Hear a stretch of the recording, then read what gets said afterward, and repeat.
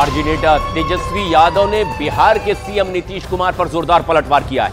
नीतीश कुमार के लालू यादव के परिवार पर दिए गए बयान के बाद अब तेजस्वी यादव का बयान भी सामने आ गया है। उन्होंने आरोप लगाया कि नीतीश कुमार को हाईजैक कर लिया गया है। जो स्थिति जो हो गई है, कुछ 4-5 लोग हैं वहाँ जो लोगों ने हाईजैक हमारे चाचा को कर रखा है। जब वक्त आएगा, जब हम किताब लिखेंगे तो ये सारी बातें लिखेंगे हम उसमें। लेकिन ये कोई पहली बार उन्होंने नहीं कहा। 2020 के चुनाव में भी उन्होंने कहा था इस बात को।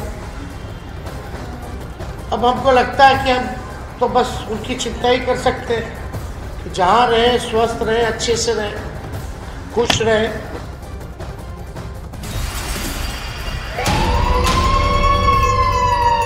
बिहार में पहले चरण की 4 सभा सीटों पर वोटिंग हो चुकी है और अगले चरण के लिए दिग्गज चुनावी हुंकार भर रहे हैं।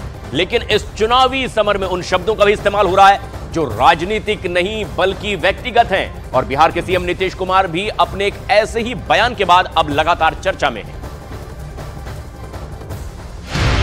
इतना ज्यादा पैदा करना चाहिए किसी को, बाल बच्चा।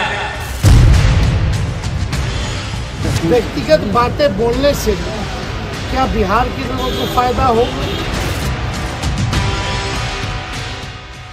चुनावी इस महासमर में पूरा देश का सियासी पारा हाई है। 24 के सियासी रण में जबानी तीर इस कदर चले कि मर्यादा को तार तार करते चले गए। एक चुनावी रैली में नीतीश कुमार की चंद मिनटों की भाषा ने लालू परिवार और नीतीश कुमार के बीच में नफरत की उस खाई को बढ़ा दिया जिसे भविष्य में भरा जाना आसान नहीं होगा। कुछ आगे कहें उससे पहले नीतीश कुमार का कटिहार के डुमरिया में दिया हुआ बयान भी सुन लीजिए। हट गए तब बीवी को बना दिया, अब आजकल बाल बच्चा को अब पैदा तो बहुत कर दिया।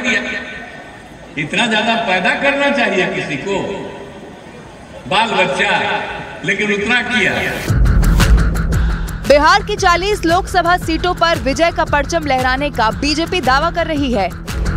लेकिन चुनावी हुंकार भरने मैदान में उतरे नीतीश कुमार ने लालू परिवार पर हमला करने के चक्कर में एक बार फिर से ऐसी बात कह दी जिस पर बिहार की सियासत में बवाल मच गया। सीएम नीतीश की जुबान से इस अल्फाज के निकलते ही तूफान आ गया। व्यक्तिगत इस बयान पर तेजस्वी यादव ने भी सलीके से शालीनता बनाए रखे हुए पलटवार कर दिया। व्यक्तिगत बातें बोलने से क्या बिहार के लोगों को फायदा हो? और व्यक्तिगत बातें जो है इस समय ऐसी बातें बोलनी नहीं चाहिए। हालांकि कुछ भी बोले हम तो आशीर्वाद के रूप में आशीर्वाद नहीं मानेंगे, लेकिन चुनाव में मुद्दे जो है मुद्दे भी बात करनी चाहिए। और किसी को इस तरह से व्यक्तिगत बोल करके बिहार के लोगों का बिहार का फायदा है, इससे फायदा किसका है? और ये लोकसभा का चुनाव चल रहा है और उनकी भाषण हम सुन रहे हैं आजकल, और इस भाषण में वो क्या बोल रहे हैं भाई? कौन उनको लिख करके दे रहा है, क्या बोल रहे हैं? इस तरह की बातें समझ में नहीं आ रही।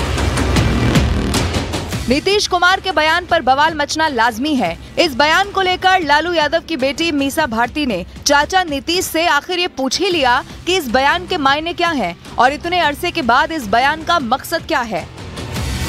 अब बिहार की जनता समझेगी कि बिहार प्रदेश के मुख्यमंत्री जी क्या कहना चाह रहे हैं।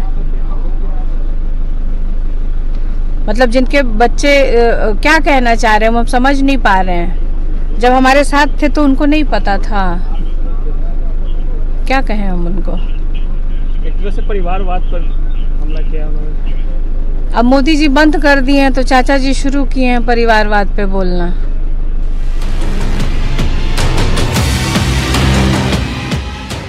बिहार के राजनीतिक मैदान में हलचल तेजी से बढ़ रही है। जब पीएम नरेंद्र मोदी के समर्थन में जन सैलाब उमड़ता है तो बीजेपी नेता अपने 400 पार के लक्ष्य को साधने की कोशिश करते।